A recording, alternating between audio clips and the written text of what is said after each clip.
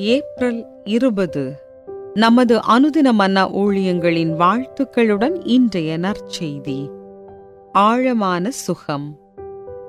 இன்றைய வேத வாசிப்பு ஏசாயா 53 வசனங்கள் 4 முதல் 6 வரை.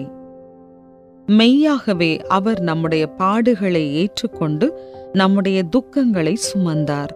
நாமோ அவர் தேவனால் அடிபட்டு வாதிக்கப்பட்டு சிறுமைப்பட்டவர் என்று எண்ணினோம். நம்முடைய மீறுதல்களின் நிமித்தம் அவர் காயப்பட்டு நம்முடைய அக்கிரமங்களின் நிமித்தம் அவர் நொறுக்கப்பட்டார். நமக்கு சமாதானத்தை உண்டு பண்ணும் ஆக்கினை அவர் மேல் வந்தது. அவருடைய தழும்புகளால் குணமாகிறோம். நாம் எல்லாரும் ஆடுகளைப் போல வழி தப்பித் திரிந்து அவனவன் தன் வழியிலே போனோம். கர்த்தரோ நம்மெல்லாருடைய அக்கிரமத்தையும் அவர் மேல் விழப்பண்ணினார். குறிப்பு வசனம்: அவருடைய தழும்புகளால் குணமாகிறோம். ஏசாயா 53:5.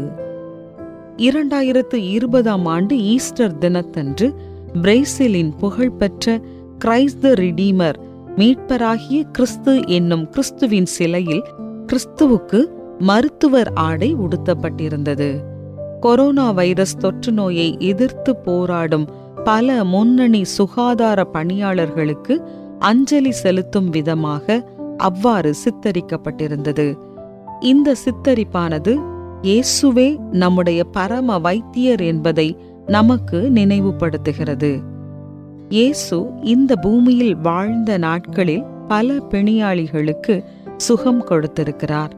பர்திமேயு குருடன், குஷ்டரோகி, திமிர்வாதக்காரன் என்று சில உதாரணங்களை கூற முடியும்.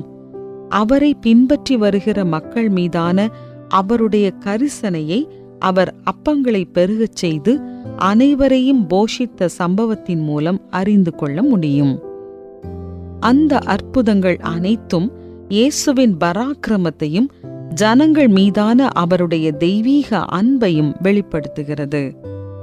அவருடைய மரணம் மற்றும் உயிர்த்தெழுதலின் மூலமாய் அவருக்கு கிடைத்த சுகமாக்குகிற வல்லமையை குறித்து ஏசாயா தீர்க்கதரிசி முன்னறிவித்திருக்கிறார்.